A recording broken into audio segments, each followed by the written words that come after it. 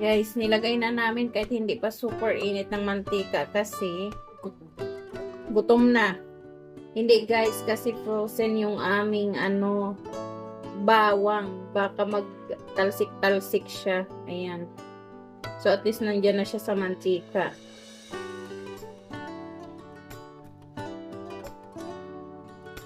Ayan, isangkot muna natin hanggang mag-ano siya. Medyo mag-brown.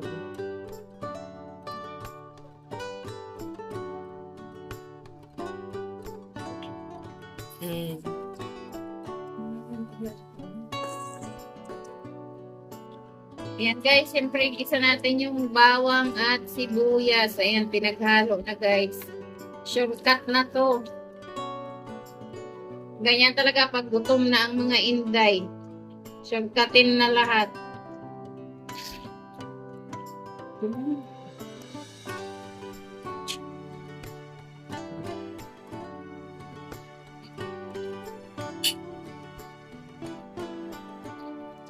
Kaya ano na yung kamatis guys.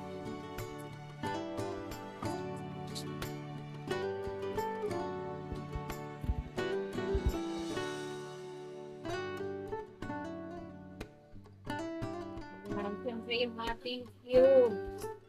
Yung ating beef cubes.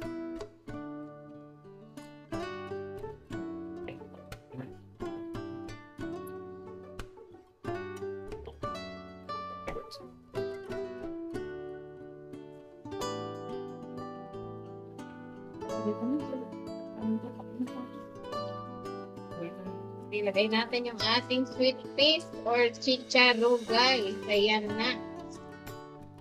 Gisa-gisa lang yan ang konti. Masarap siya kapag hindi overcook guys.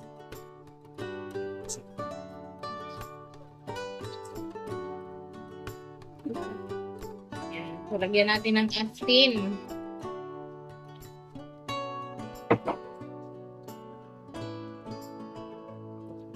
Siyempre, halo-halo yan. Ayan, haluin natin. Napakabilis lutuin yan, guys.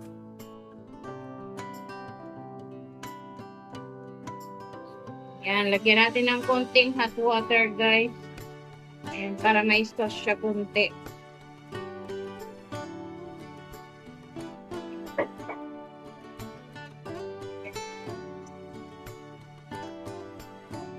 Ayan. Tapos, ihalo natin yung ating steak. Ayan, na-grilled na siya, guys. Yan yung ating steak.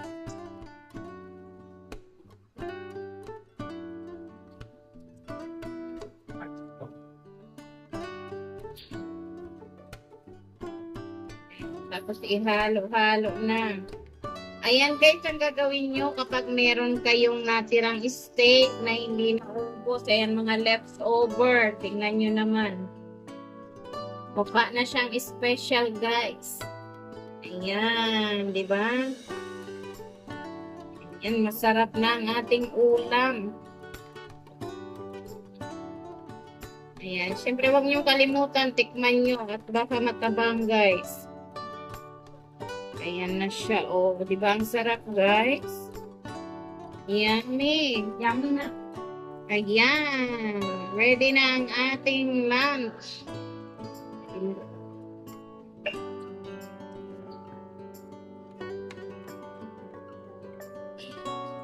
Ayan, guys. Half cook lang, guys, para hindi ma-overcook. Ayan, mas masarap siya pag ganyan. So, pwede na nating i-off yung ating apoy. Ayan, ready ng ating paranghalian guys. Enjoy! Ayan, sana nag-enjoy kayo sa aming video ngayon guys. Ito na!